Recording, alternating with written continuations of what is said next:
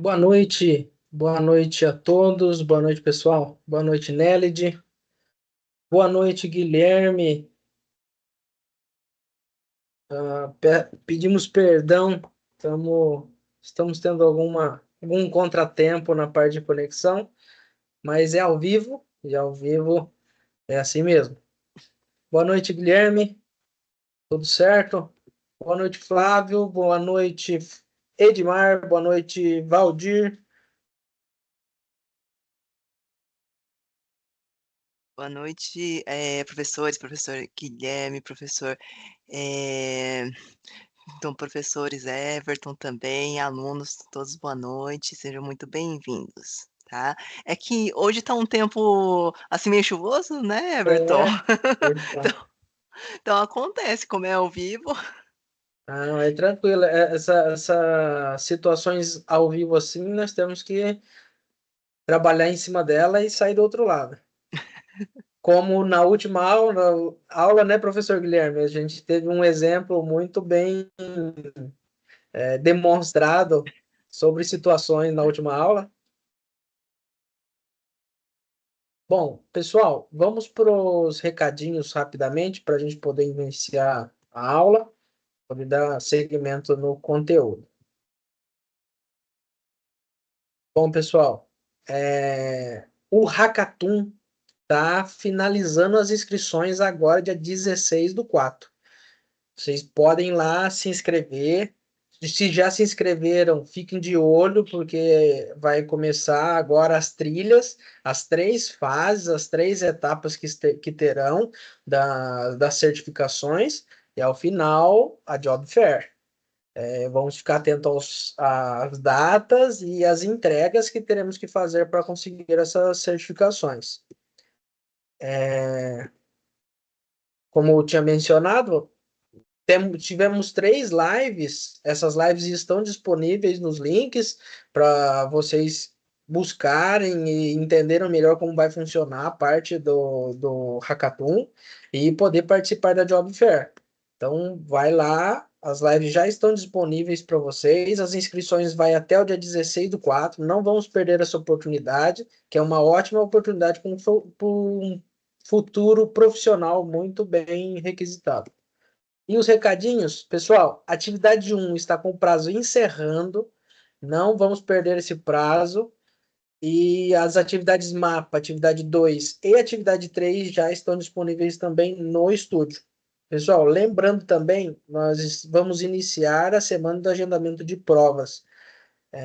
Depois vou entrar com comunicado com vocês, mas vamos ficar atentos para poder marcar essas avaliações também.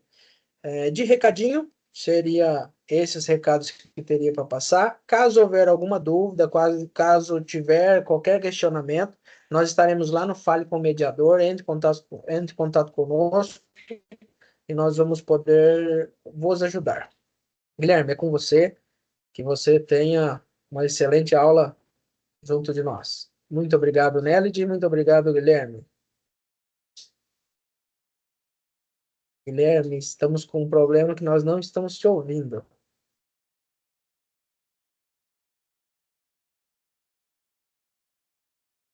A gente troca o microfone, então. Foi? Agora sim. É. Então, obrigado aí, professor Everton, professora Nélide. Prazer enorme estar aqui com vocês de novo. Boa noite a todos os alunos aí presentes aí na nossa aula.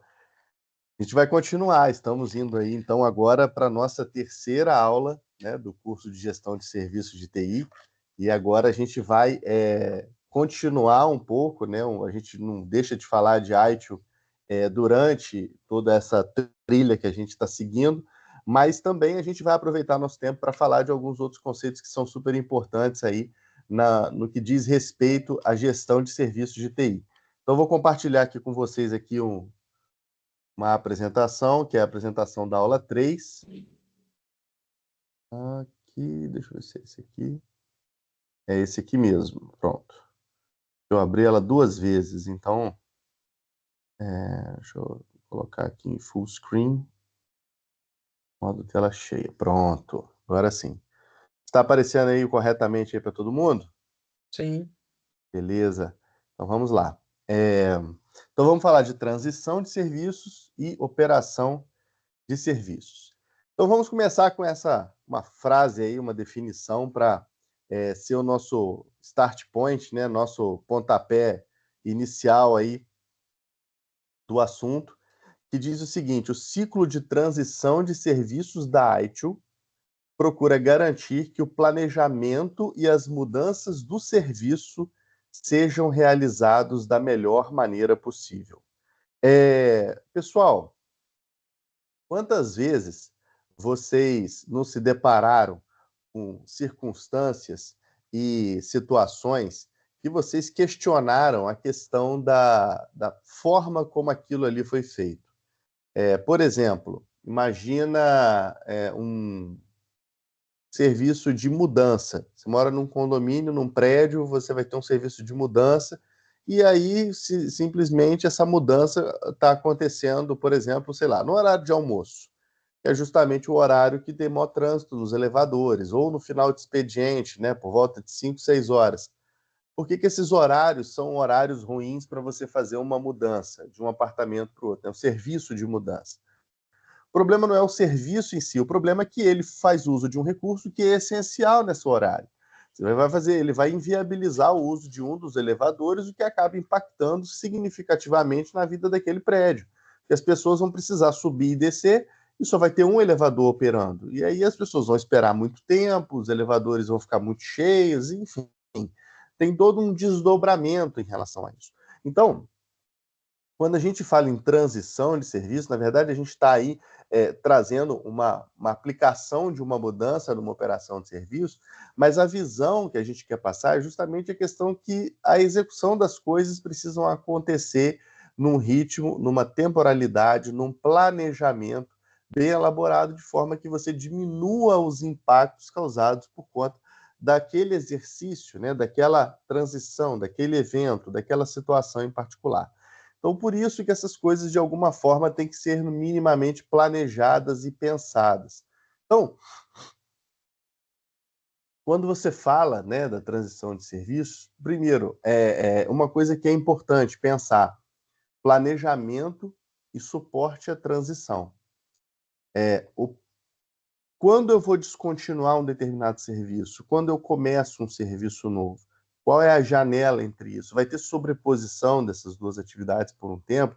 Se tiver sobreposição, como que eu vou resolver? Ou seja, tem uma série de perguntas que você precisa responder numa transição de serviço, que você vai precisar planejar isso com antecedência.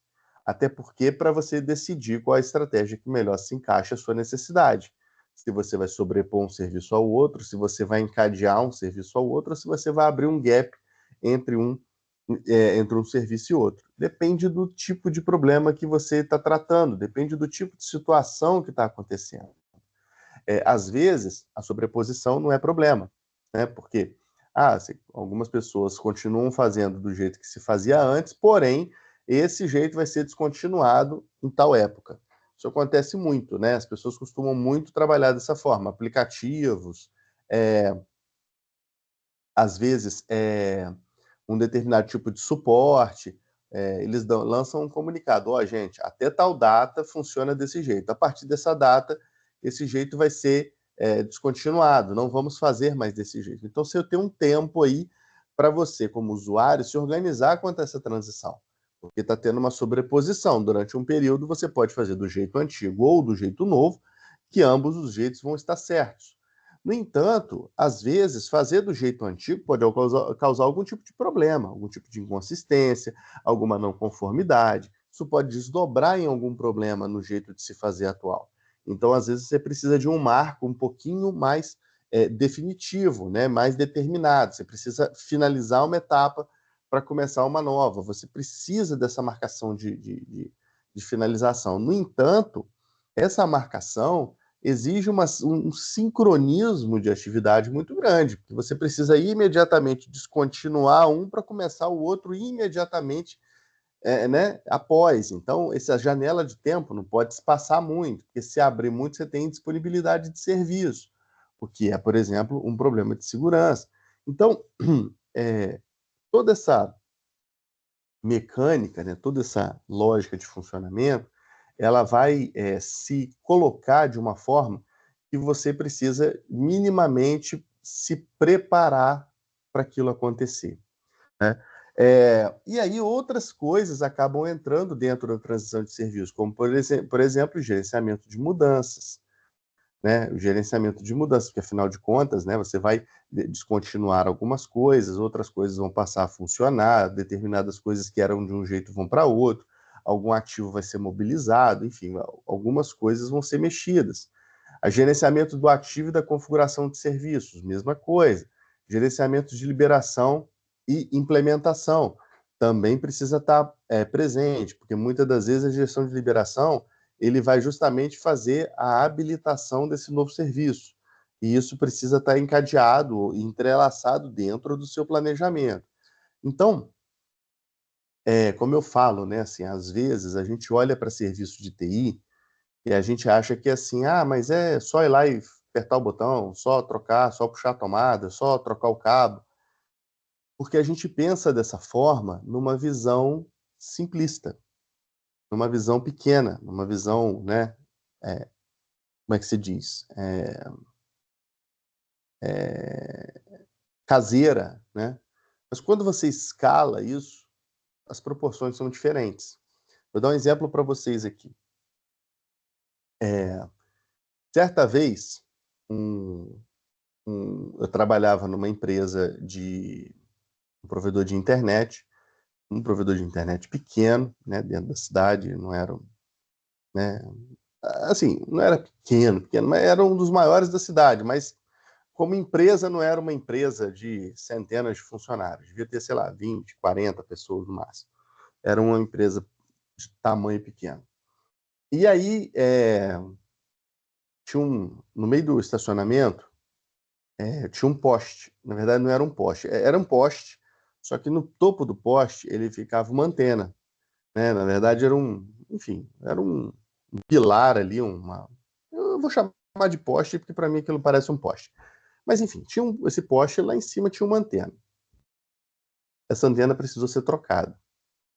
E a gente estava pensando como que a gente ia trocar essa antena, que era um poste de mais ou menos aí uns 5 a 6 metros de altura, e a gente ficou pensando como é que você vai subir naquilo para poder, né, vamos pegar uma escada, né, como que a gente resolve esse problema? E estamos ali elucubrando.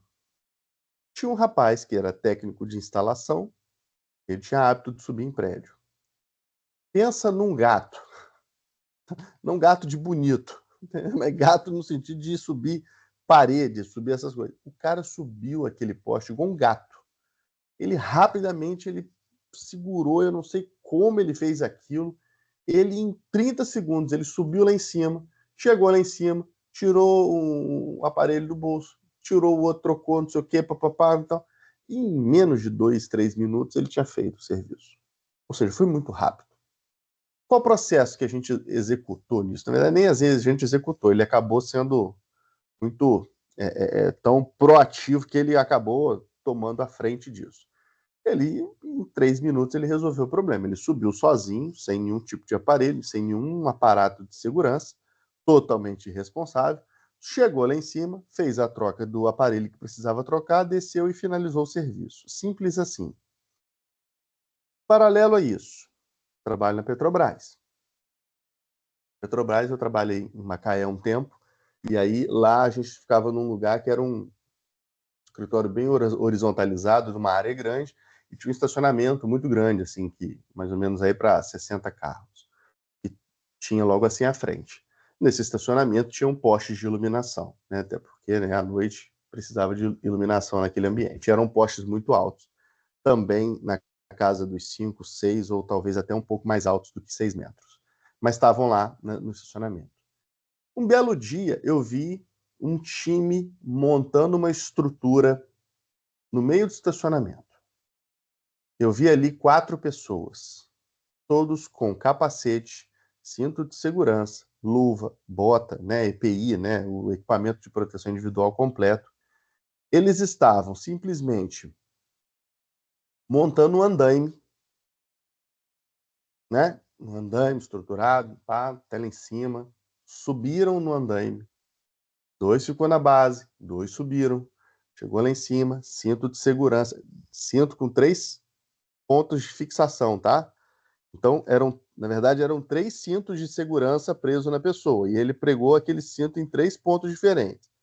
No andaime, no poste, não sei aonde, enfim. E aí eu fiquei intrigado com aquilo, porque aquele serviço demorou para acontecer. Mais de meia hora, com certeza.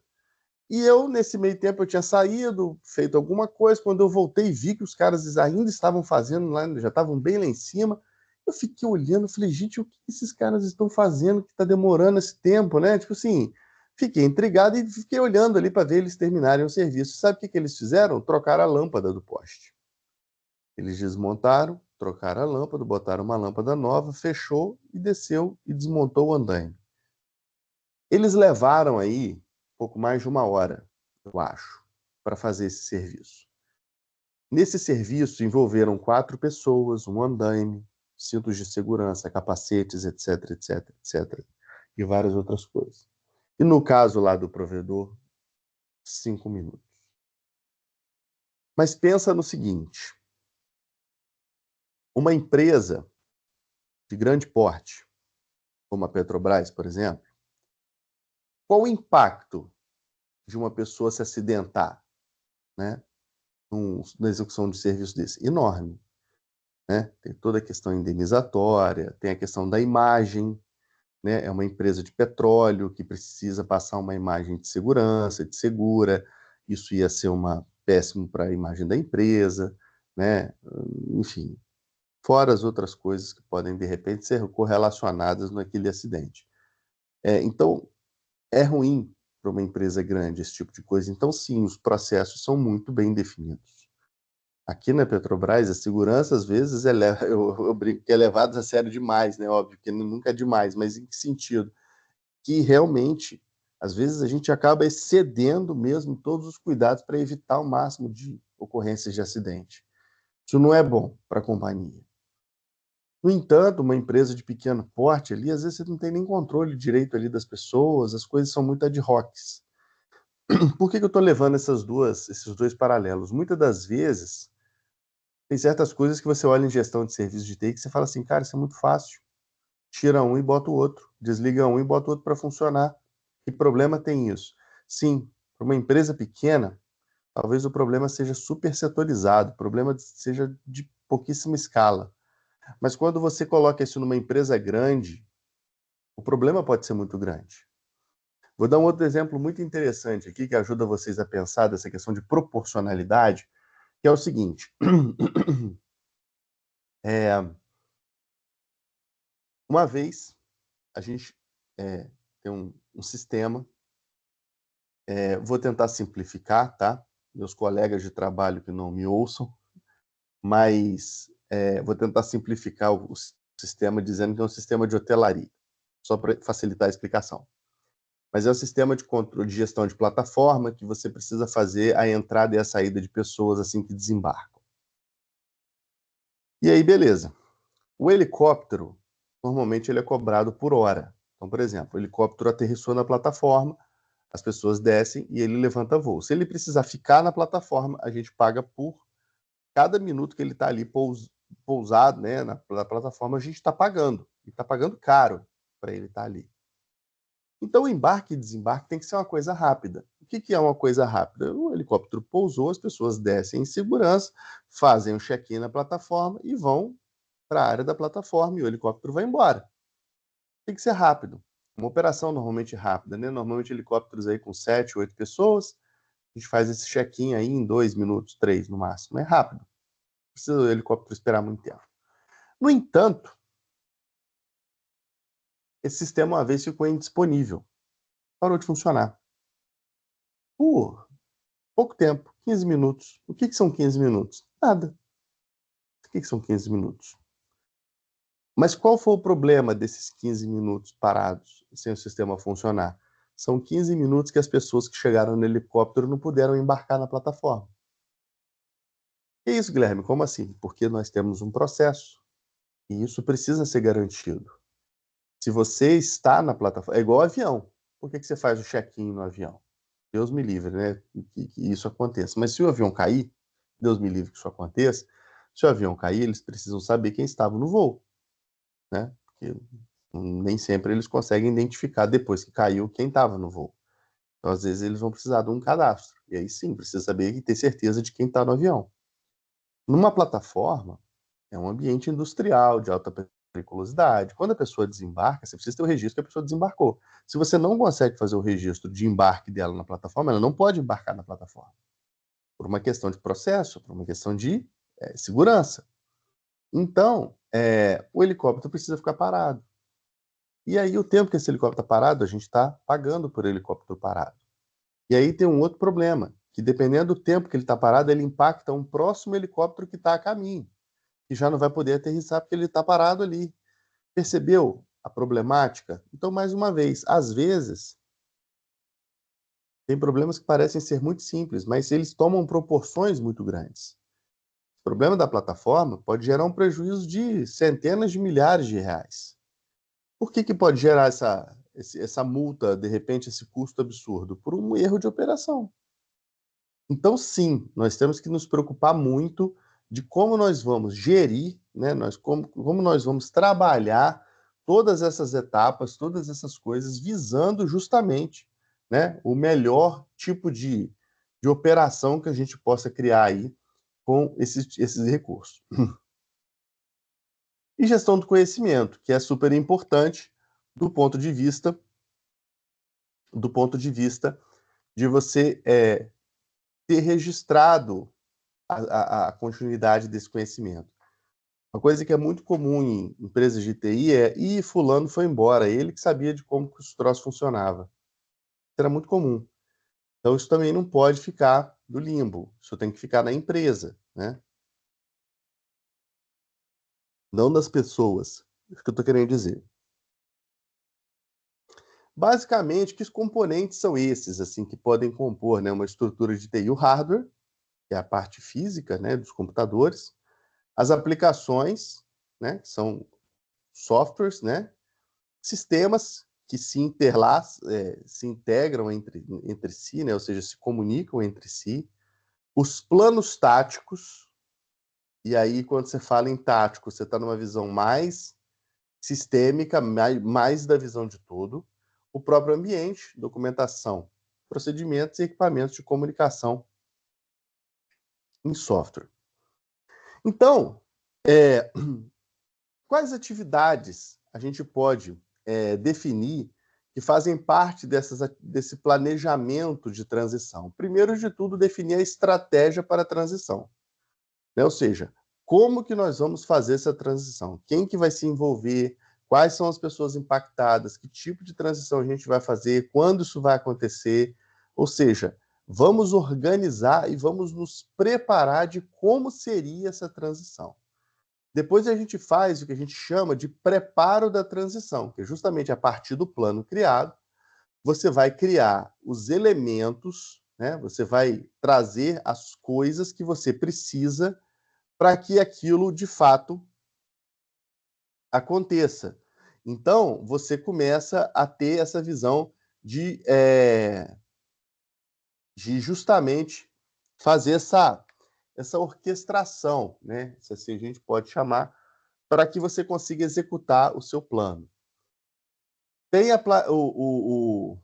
o planejamento da transição do serviço individual, né? Nesse caso, a gente está falando de um serviço em específico, ok? Eu quero fazer o planejamento desse serviço específico. Muitas das vezes, você tem um plano de transição que abrange vários outros serviços. E às vezes você precisa detalhar a execução de cada um desses serviços, por isso que é individual. E às vezes você precisa individualizar o problema, porque às vezes, dependendo do que for, tem esse aqui precisa restaurar backup, isso aqui não precisa, isso aqui precisa de não sei o que lá, isso aqui não precisa, né? Prover o suporte para a transição, né, para os processos de transição de serviço, ou seja, apoiar, né, dar o ferramental, dar o subsídio. Percebam que a gente ainda está falando em prover suporte, a gente não está falando em realizar, né? Está dando em suportar no sentido, né, de dar o suporte.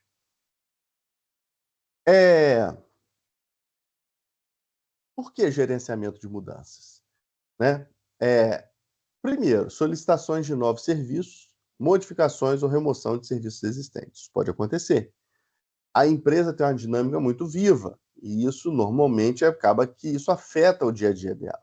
E nesse afetar do dia a dia, ora vão surgir novos serviços, ora vão sair serviços que não são mais úteis, que não existem mais, que não são mais parte daquele escopo, né? A identificação de incidentes no serviço de TI, como consequência, gera a modificação do serviço para sua correção. Isso é um fato, né? Às vezes você precisa fazer adequação no serviço justamente por conta de uma ocorrência, um evento, um acidente. Às vezes é uma coisa que pode ser, por mais que seja mínima, de alguma forma a gente vai precisar organizar e planejar isso. Isso faz parte aí desse ponto, né, desse item aqui explicado. Proposta de melhorias dos serviços de TI atuais, visando antecipar incidentes futuros e impactos no negócio, ou seja, é o famoso PDCA, né? O processo, o Plan, Do, Check and Act, né? PDCA, que é o que a gente chama de melhoria contínua. Então, constantemente olhando, visitando, revisitando e propondo melhorias nos processos. Basicamente, né, um fluxo de trabalho de requisição de mudança, né, ele se dá dessa seguinte forma, né? Você cria o registro, você vê o registro de mudança, entende a situação, autoriza ou não, planeja as atualizações, né, coordena a mudança e encerra o registro. Vamos lá. Quais são esses tipos de mudanças que podem acontecer? Mudança normal, planejada, organizada, avaliada, autorizada, tudo certinho. Tá tudo, né? Todo pré-req disso aí tá atendido, tá? Tem o que a gente chama de mudança padrão, né?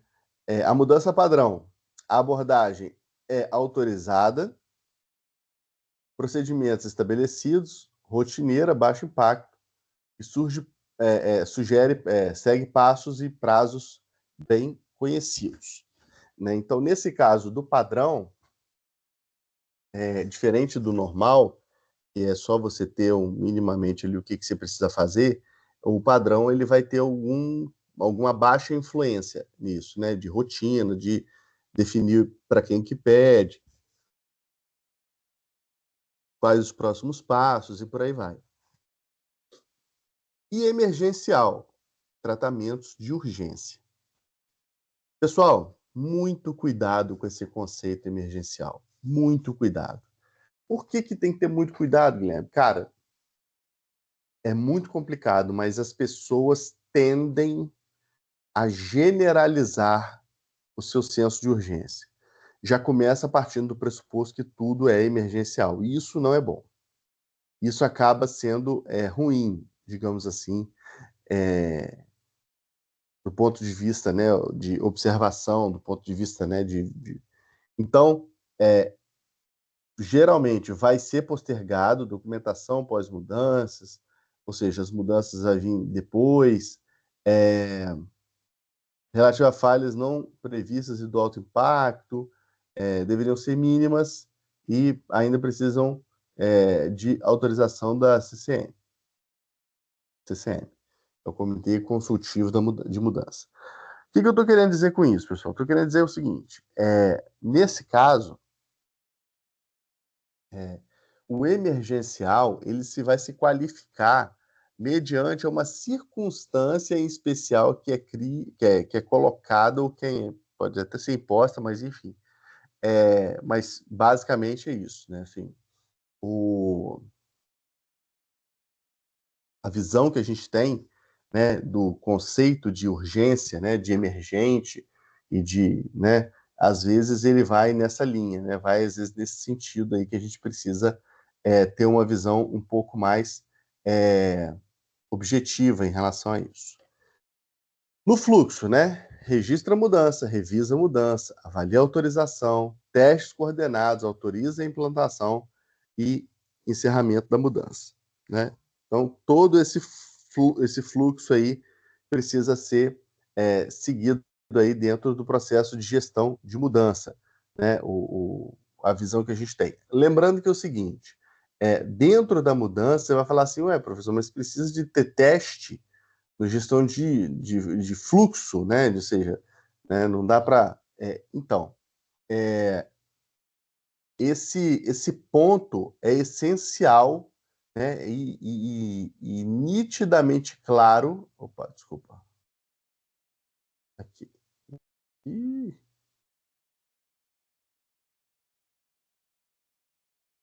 Não, desci. Aqui. Então, basicamente, né, esse fluxo. Então, pediu a mudança, revisa, avalia, testa, autoriza a implantação e revisa depois da implantação. O que seria o Comitê Consultivo de Mudanças? São pessoas responsáveis e interessadas que se reúnem para aprovar a mudança. Pode ser cliente, pode ser autoridade, pode ser técnico, pode ser, enfim, pode ser várias pessoas, assim, várias pessoas, vamos dizer assim. E a outra opção é a seguinte: o CCME, né? Comitê Consultivo de Mudanças Emergenciais. É um grupo que se reúne em caso de mudança emergencial. Nessa reunião não é necessária a presença de todos os membros, pode ser uma decisão que deve ser tomada o mais breve possível. Isso são para tratar situações pontuais, casos pontuais. Pessoal, muito cuidado. Não confundam uma atividade pontual com uma atividade rotineira. Por quê? O pontual é para ser feito de forma pontual, ou seja, faz uma vez e não faz mais, né? Então, isso é pontual. Agora,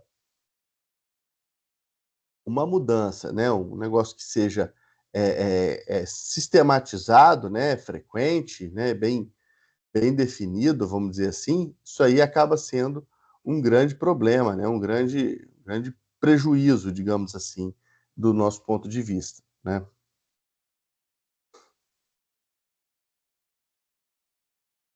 Os itens de configuração. Eles têm uma quantidade, né, umas características em comum, né? Aqui a gente acabou colocando várias em várias categorias, assim, mais para um V0 de umas ideias, enfim, é um primeiro passo, vamos dizer assim. Então vamos lá. Itens de configuração do ciclo de vida do serviço. Tá aí, ó. Plano de negócio, plano de desenho de serviços, plano de liberação, plano de teste, outros planos de serviço, por aí vai. Itens de configuração de serviço. Processos, relatórios de serviço, base de conhecimento, pessoas, processos de serviço, modelo de serviço, pacote de serviço, outros documentos que associados ao serviço, né? Ou seja, tudo aquilo que de alguma forma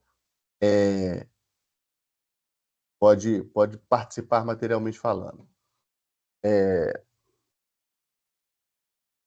Item de configuração da organização, aí já é uma coisa um pouco mais ampla, né? Porque aqui você já está abrindo um pouco mais aqui o seu espectro, né? O seu escopo. Você está falando aí de estratégia da empresa, políticas internas, leis, regulamentações, né? Várias coisas que são envolvidas com a política da empresa, né? E os itens de configuração interna, hardware, software, redes, instâncias e por aí vai, né? Você tem algumas ali interessantes.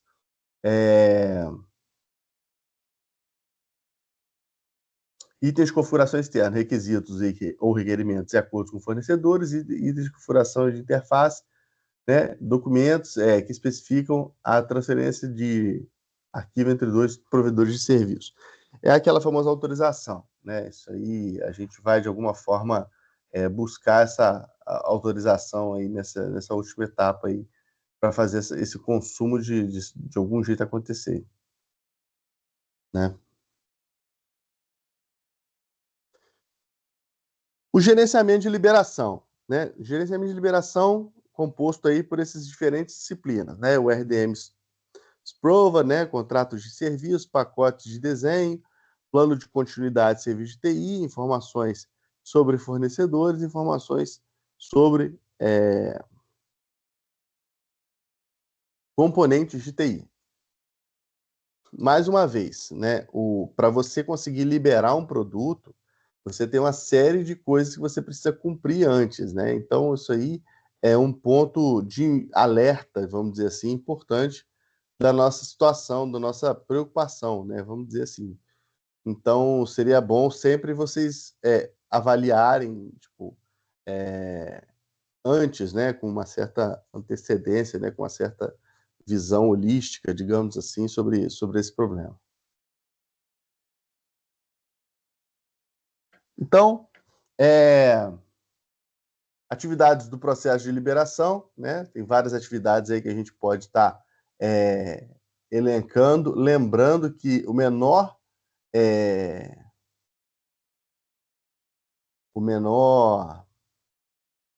indicador, sei lá, enfim, assim a gente pode dizer assim, vai ser observado, né? Minimamente observado. Então, você percebe aí que para cada atividade existe uma evolução nesse ponto, né? Nessa questão em particular.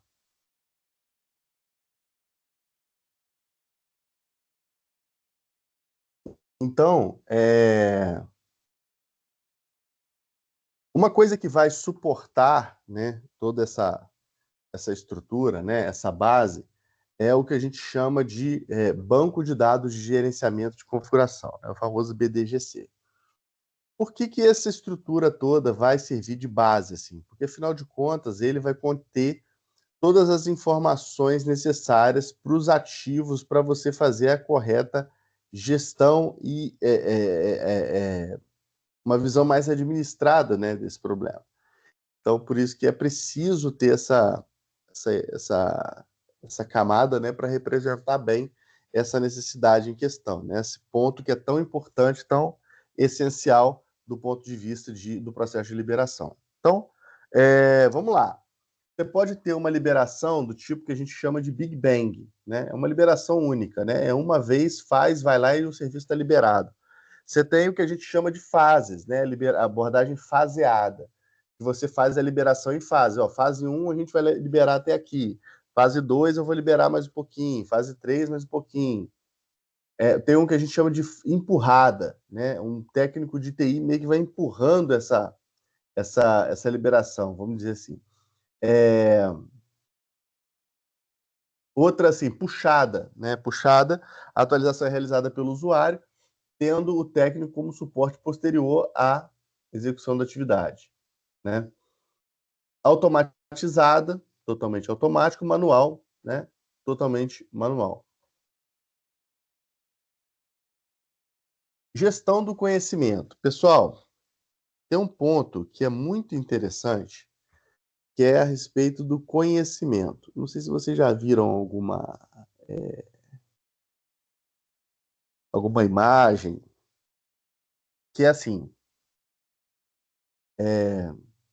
os dados soltos são só dados. Quando você começa a colocar a ideia de contexto, você começa a dar significado para aquele dado, ele vai virando um dado compreensível. Então,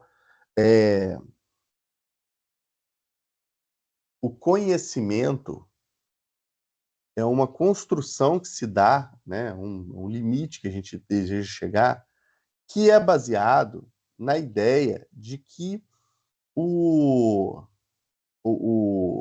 ponto alto, vamos dizer assim, o ponto máximo assim, seria a gente pensar numa forma de você conseguir consolidar informações para ter respostas a respeito dela. Então, essa gestão do conhecimento baseado em métricas de gerenciamento de conhecimento é fundamental, né? Tanto é que a gente tem Data, Information, Knowledge and Wisdom, né? Ou seja, diferentes perguntas para diferentes etapas aí do processo. Então, operação de serviço, você tem gerenciamento de eventos, incidentes, problema, acesso e execução de transição. Vamos lá. O ITIL, ele pode te oferecer diferentes propostas de se resolver os problemas derivados da questão de fornecimento de serviço e ciclo de vida. Ele pode oferecer, por exemplo, um helpdesk. O helpdesk, né, assim, é aquela primeira parte, é aquela primeira, né, verificação, digamos assim, né, que primeira linha, né, de atendimento de primeira linha, que você acaba visualizando, né, vendo, enfim, de alguma forma. O gerenciamento técnico, né, técnico muito voltado à questão da execução mesmo, efetivamente, dos processos, operação do como aquilo vai ser feito e o último, né, essa ideia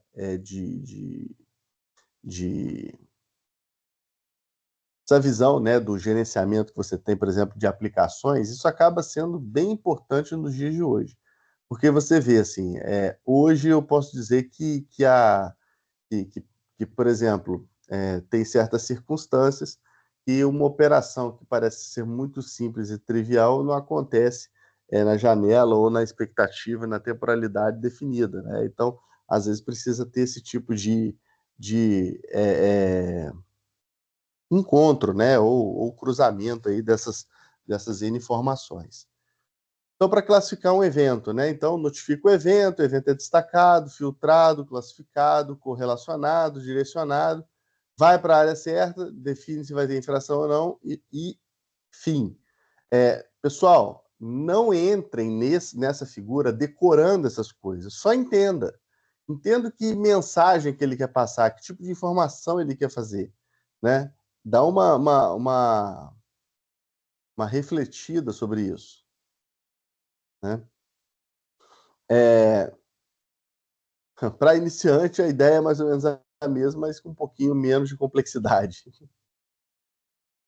A central de serviços, talvez um hub extremamente importante e essencial para o funcionamento de um modelo de operação de gestão de serviços de TI. Afinal de contas, é o ponto onde a gente vai conseguir concentrar aí diferentes abordagens, diferentes frentes, diferentes informações, e com isso a gente consegue ter uma escala maior em relação a essa necessidade. Então, isso é um ponto importante. O gerenciamento da parte técnica, né? Obviamente, a gente vai ter que, de alguma forma, não só dispor do corpo técnico, mas saber as limitações de cada um, a disponibilidade, né? Os de operação, né? O gestão de operação de serviço. Acaba sendo também uma relação hierárquica, isso também é uma figura exemplo. Afinal de contas, assim, normalmente assim, é uma hierarquia, né? Vamos dizer assim.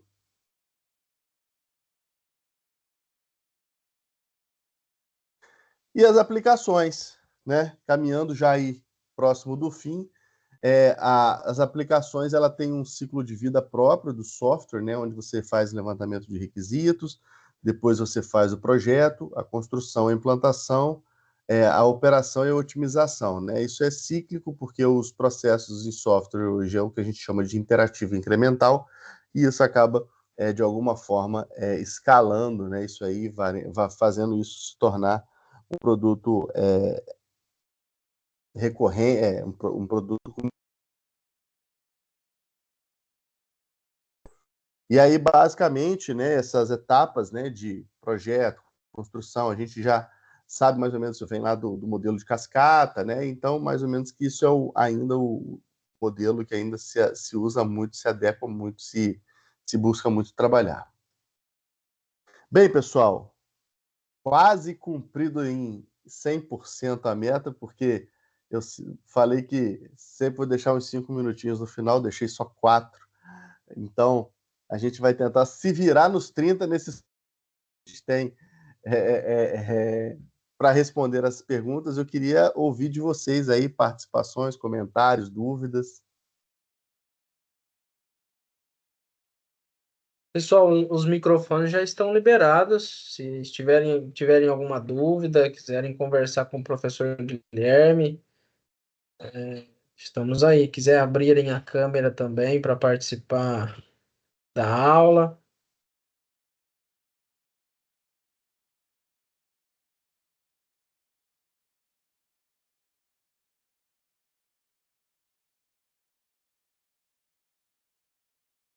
Falar igual na minha aula, um de cada vez, por favor. Um de cada vez. Vamos, assim, não precisa atropelar, temos tempo para todo mundo. Professor Guilherme, você passando esse conhecimento para o pessoal, eu voltei há 2 anos atrás num problema que a gente teve de implantação relacionado ao planejamento. Foi um dos primeiros rollback que eu fiz na vida, aquele famoso para, e volta todo mundo para trás. E realmente, se não tiver um planejamento do o que será feito depois que tiver um problema, não é complicado.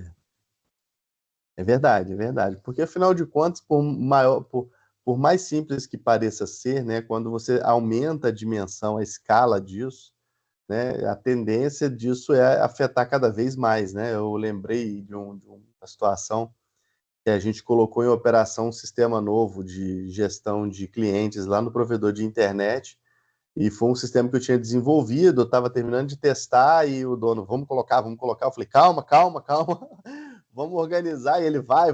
Eu, calma, aí. Falei, vai dar errado, vai dar errado. Aí, batata, a gente botou para funcionar com 3 horas de operação, deu errado, um monte de gente ficou sem internet. Aí, volta. Falei, cara, era melhor esperar mais um pouco, planejar mais um pouco, fazer direito de uma vez só, né? Mas, enfim, o caminho é esse, né? Às vezes a ansiedade ou a falta de planejamento acaba fazendo a gente tomar decisões erradas, e isso acaba atrapalhando bastante aí. Sim, mas é o fluxo de serviço. Às vezes o prazo é curto, às vezes a situação não coopera, mas planejamento estando dentro do cronograma certinho, dentro de toda a expectativa que você criou do projeto, com todas as contribuições da equipe, Uhum, funciona. verdade, verdade.